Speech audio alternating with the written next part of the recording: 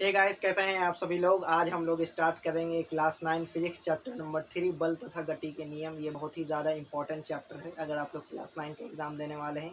अगर साथ ही साथ अगर आप कॉम्पिटिटिव लेवल की भी तैयारी करना चाह रहे हैं तो कंपटीशन की, तो इसके हिसाब से बहुत ही ज़्यादा इंपॉर्टेंट चैप्टर है। बिकॉज इस चैप्टर से बहुत ज़्यादा न्यूमेरिकल पूछे जाते हैं आप लोग के एग्ज़ाम में। तो आप लोग को पता ही कंपटीशन में आप लोग का न्यूमेरिकल बहुत ज़्यादा आता है। तो इसी तरीके से मैंने आप लोगों को ये पढ़ाऊंगा ताकि कोई बच्चा अगर 9th में भी है तो उसको भी बहुत अच्छे से समझ में आए। जिसका कंपटीशन है वो तो आराम से पढ़ लेगा, क्योंकि मैं यहाँ आप लोग का न्यूमेरिकल जो है 0 टू एकदम कम्पिटिटिव लेवल तक पढ़ाऊंगा।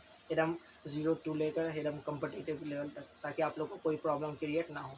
तो सबसे पहले हम लोग थ्योरी देख लेते हैं। ये थ्योरी आप लोग का कंप्लीट एनसीईआरटी बेसिस पे होगा। 1% की भी इसमें कटौती नहीं की गई है। सिलेबस में 110% यही आप लोग का सिलेबस है।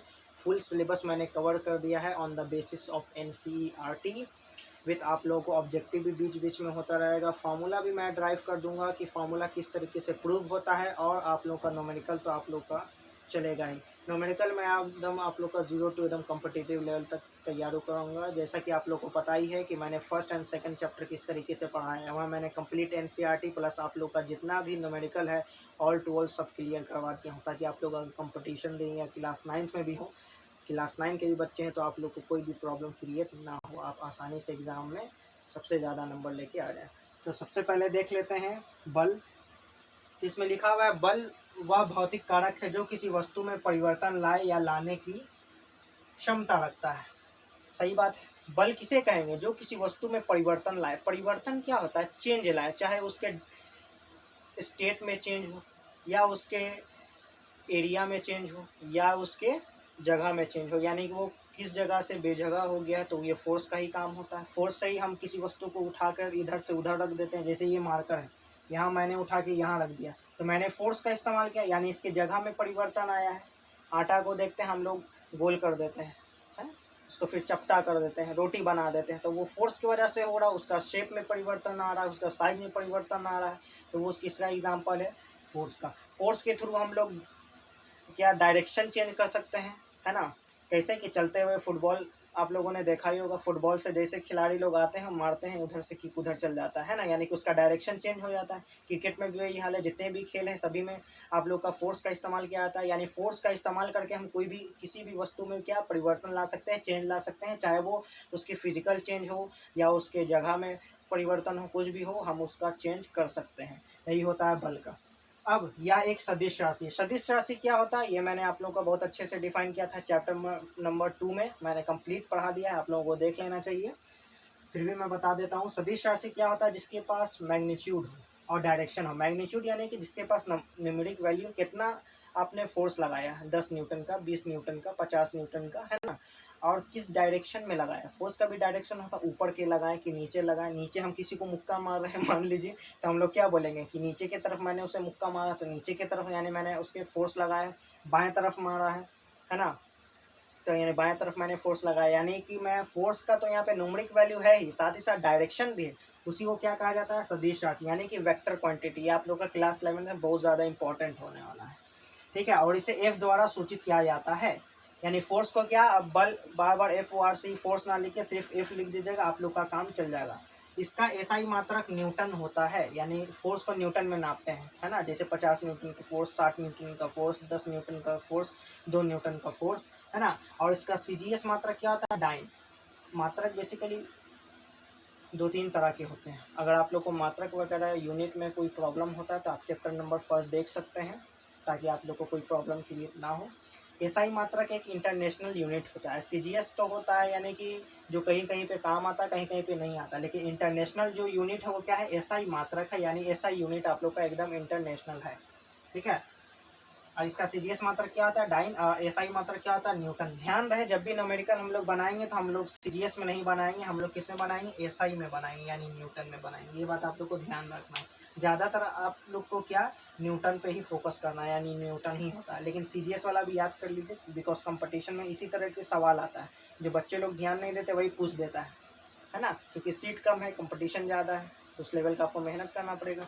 इसीलिए ये भी आप लोग को माइंड में रखना है कि सीजीएस मात्रक क्या होता है? डाइन होता है। अब इसका फॉर्मूला है, इसको किस तरीके से हम लोग कैलकुलेट करते हैं। बल बराबर क्या होता है? द्रव्यमान गुने त्वरण। यानी एफ बराबर क्या होता है? M A. द्रव्यमान को स्मॉल m से, त्वरण यानी एक्सेलरेशन को a से आप लोग डिनोट कर सकते हैं बड़े आराम से। ठीक है, अब हम लोग पढ़ते हैं बल के प्रकार। ठीक है, इस फॉर्मूले को डोंट वरी, मैं आप लोग का प्रूफ कर दूंगा। जैसे आप लोग का थ्योरी कंप्लीट हो जाएगा मैं इसको आप लोग का फॉर्मूला ये आप लोग का प्रूफ कर दूंगा। अगर आप लोग क्लास 9th में हैं तो आप लोग को ये फॉर्मूला डेफिनेटली आने ही वाला है, और सबसे हाईएस्ट मार्क्स में पूछने जाने वाला ये क्वेश्चन है। ठीक है, तो ये बात आप लोग को एकदम ध्यान रखना है। अब आता है बल के प्रकार, यानी कितने तरह के बल होते हैं। ठीक है, तो सबसे पहला है संतुलित बल। तो उसको देख लेते हैं। बलों को वह समूह जो किसी वस्तु पर लगकर त्वरण उत्पन्न नहीं करता है, यानी कि वैसा फोर्स जो किसी वस्तु में एक्सेलरेशन नहीं लाता है।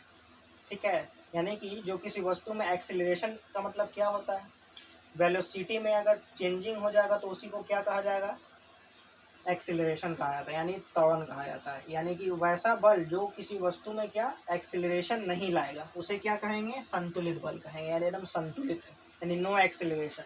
मान लीजिए चल रहा है तो एकदम एक ही रफ्तार से चलता चला जाएगा, एकदम एक रफ्तार से। ठीक है, और रुके रहेगा तो एकदम रुका ही रहेगा, यानी फोर्स नहीं होगा, रुका रहेगा तो, है ना। संतुलित बल का मेन मतलब ये है कि उसमें क्या एक्सेलरेशन नहीं होगा बेसिकली। अब आते हैं असंतुलित बल पे, बस इसी का अपोजिट है। बलों का वह समूह जो किसी वस्तु पर लगकर त्वरण उत्पन्न करता है, यानी जो किसी वस्तु पर लगकर त्वरण उत्पन्न करता है, यानी लगातार एक्सेलरेट होते चला जाता है, उसी को क्या कहा जाता है, उसी को कहा जाता है असंतुलित बल। ठीक है, अब आते हैं स्पर्श बल पे।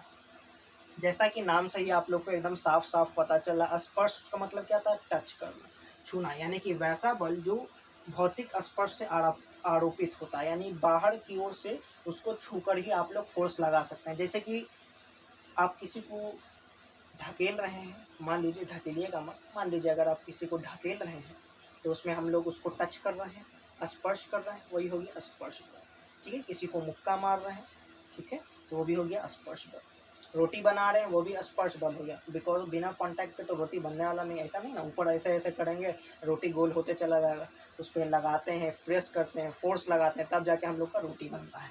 ठीक है, तो वही हो जाता है स्पर्श बल। बेसिकली ज़्यादातर हम लोग स्पर्श बल के ही बारे में पढ़ेंगे। अब आप बोलेंगे सर ऐसा कोई फोर्स होता है जो बिना स्पर्श के, हाँ भाई, ग्रेविटेशनल फोर्स स्पर्श बल के बिना हो जाता है। आप लोगों ने नाम सुना होगा ग्रेविटी का, न्यूटन साहब ने इजाद किया था।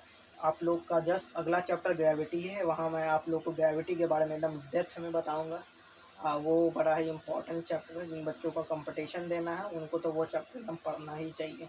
उसमें तो इससे तो क्वेश्चन नहीं आए ऐसा हो ही नहीं सकता, क्योंकि वही न्यूमेरिकल उसका थोड़ा सा लेंदी होता है, तो कंपटीशन में तो जानते हैं लेंदी आता है, इसीलिए वो चैप्टर से ज़्यादा क्वेश्चन उठाया था, इस भी चैप्टर से आता है। बेसिकली क्लास 9 का जो फिजिक्स है ना बहुत ज़्यादा इंपॉर्टेंट है कम्पिटिटिव लेवल से, और जो बच्चों का 11th में साइंस लेना उनके लिए तो इंपॉर्टेंट है। बिना आप लोग का 9th क्लियर हो, आप 11th में आप लोग को अच्छी तरीके से समझ में नहीं आएगा, फिर आपको बहुत ज़्यादा मेहनत करना पड़ जाएगा। ठीक है, तो उससे अच्छा है कि हम लोग अभी आराम से सब कंसेप्ट क्लियर रखें, ताकि 11th में हम लोग को कोई प्रॉब्लम क्रिएट ना हो।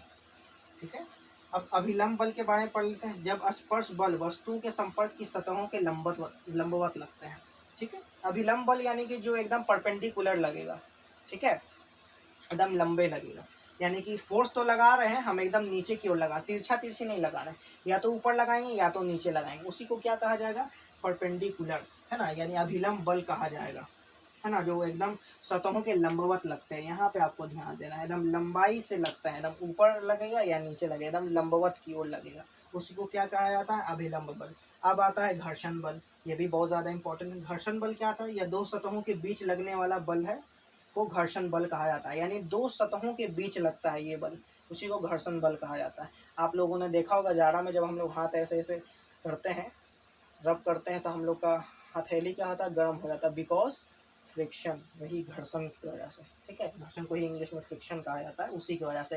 कोई बॉल को अगर हम लोग लुढ़काते हैं तो वो क्यों बार आगे जाकर रुक जाता है, वो इसीलिए रुक जाता है क्योंकि घर्षण बल काम करता है। और यहाँ पे मैंने लिख भी दिया, ये हमेशा गति के विपरीत दिशा में होता है, यानी गति जिस दिशा में रहेगा उसके जस्ट अपोजिट साइड में क्या लगता है, फ्रिक्शन फोर्स लगता है।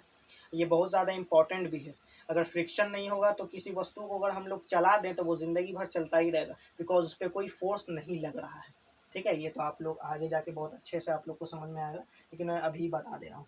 फ्रिक्शन फोर्स जो होता है हमेशा गति का क्या विरोध करता है ना, जैसे कि हम बाएं तरफ जाएंगे तो फ्रिक्शन फोर्स हमेशा उसके अपोजिट साइड लगेगा, यानी दाएं तरफ लगेगा। अगर हम आगे कोई वस्तु को ठेल रहे हैं हमेशा वो पीछे लगेगा। अब फ्रिक्शन जो होता है ना, घर्षण बल वस्तु के द्रव्यमान पर डिपेंड करता है, यानी जितना भारी कोई वस्तु होगा उसको घसकाने बढ़ाने में उतना ही ज़्यादा मेहनत होगा। जैसा कि आप लोग को पता ही है ना, बड़ा सा बक्सा होगा उसको हटाइए, घसकाइए, या कोई छोटा सा वस्तु उसको घसकाइए, आप लोग को डिफरेंस पता चल ही जाएगा। ये तो कोई ज़्यादा समझाने वाली बात नहीं है ना।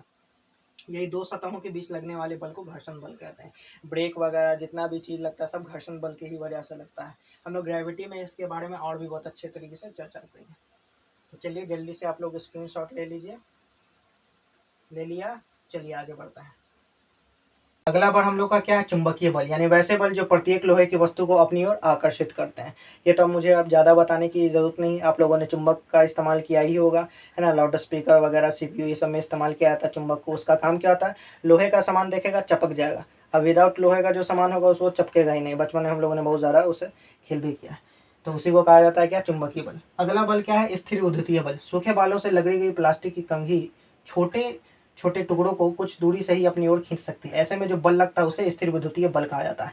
आप लोगों ने ये खेल देखा होगा, स्कूल में बच्चे लोग करते हैं, ऐसे ऐसे लगड़ते हैं छोटे छोटे कागज के टुकड़ों को, ऐसे सटा लेते हैं, कुछ दूरी पे वह चपक जाता है। क्यों, वहाँ पे बोलते हैं देखो जादू पड़ा। वो जादू नहीं होता, वो स्थिर विद्युतीय बल का काम होता है। वहाँ पर एक फोर्स काम करता है, फ्रिक्शन की वजह से चार्ज आ जाता है इसमें, जिसके थ्रू वो उसको क्या कर सकता है, खींच सकता है, ट्रैक कर सकता है। उसी को क्या कहा जाए, स्थिर विद्युतीय बल के नाम से जाना जाता है।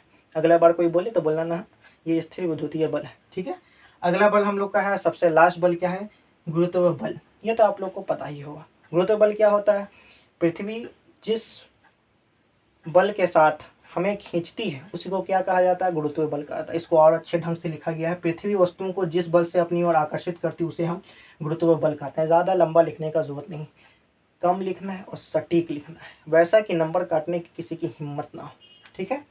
तो मतलब पृथ्वी वस्तुओं को जिस बल से अपनी ओर खींचती है उसे को हम क्या, गुरुत्व बल कहते हैं। अब गुरुत्व बल की खासियत ये है कि ये लोहे की वस्तु को नहीं, सभी वस्तुओं को अपनी ओर खींचती है। देखते हैं हम लोग गेंद जब ऊपर उछलाते हैं तो वो नीचे भी आ जाती है।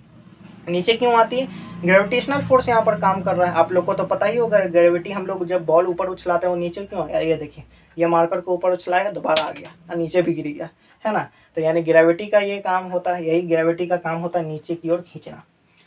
तो इसी के साथ हम लोग का जितना भी टाइप ऑफ फोर्स था वो खत्म हो जाता है। ये टाइप ऑफ फोर्स नहीं है, ये एक तरह का अलग टॉपिक आप मान सकते हैं, इसी से रिलेटेड है। इसको क्या कहा जाता है, दूरी पर क्रिया बल। जितना भी हम लोगों ने फोर्स पढ़ा है उसमें से कुछ टच होता है, बिना कोई कॉन्टैक्टलेस होता है ना, कोई कॉन्टैक्ट के साथ होता है, कोई विदाउट कॉन्टैक्ट के साथ होता है। कौन कौन सा कॉन्टैक्ट के साथ होता है, जितना भी बल मैंने पढ़ाया इन तीनों को छोड़ के ये सब कितने हैं, विदाउट कॉन्टैक्ट लेस फोर्स है। कैसे, तो अभी आप लोग को पता चलेगा। चुंबकीय बल, चुंबकीय बल बिना किसी को टच किए हो रहा था, है ना, दूरी पर क्रिया बल हो गया। विद्युतीय बल वही हाल है, ये वाला, इसी को स्थिर विद्युतीय बल कहा जाता है, ठीक है। गुरुत्व बल तो आप जानिए रहे, बिना किसी कांटेक्ट के ही वो खींच सकता है ना, तो उसी को क्या कहा जाएगा, गुरुत्व बल। यानी बिना कोई टच किए जो काम होता है ना उसी को क्या कहा जाएगा, दूरी पर क्रिया बल। आप लोग को पता है, पहले मैंने पढ़ाया था थोड़ी देर पहले, स्पर्श बल, हाँ उसी का बस ये अपोजिट है, ठीक है। तो अगर अगला आप लोग का ऑब्जेक्टिव में आ जाए इसमें से कौन आप लोग का दूरी पर क्रिया बल है, तो इन तीनों में से अगर आपको कोई दिखे तो उस पर टिक आप लोग लगा सकते हैं। यही हो गया आप लोग का ऑब्जेक्टिव, बड़ा इंपॉर्टेंट ऑब्जेक्टिव, इस पर थोड़ा सा ध्यान देना है। तो इसी के साथ हम लोग का टाइप ऑफ फोर्स खत्म हो जाता है। अगले क्लास में जब हम लोग मिलेंगे तो हम लोग Newton's first law of motion पढ़ेंगे, यानी न्यूटन का गति का प्रथम नियम, ठीक है। तो अगर इस वीडियो से आपको कुछ भी सीखने को मिला है तो चैनल को लाइक शेयर एंड सब्सक्राइब जरूर करें। हम मिलेंगे अगले क्लास में। Now we are meeting in the next class.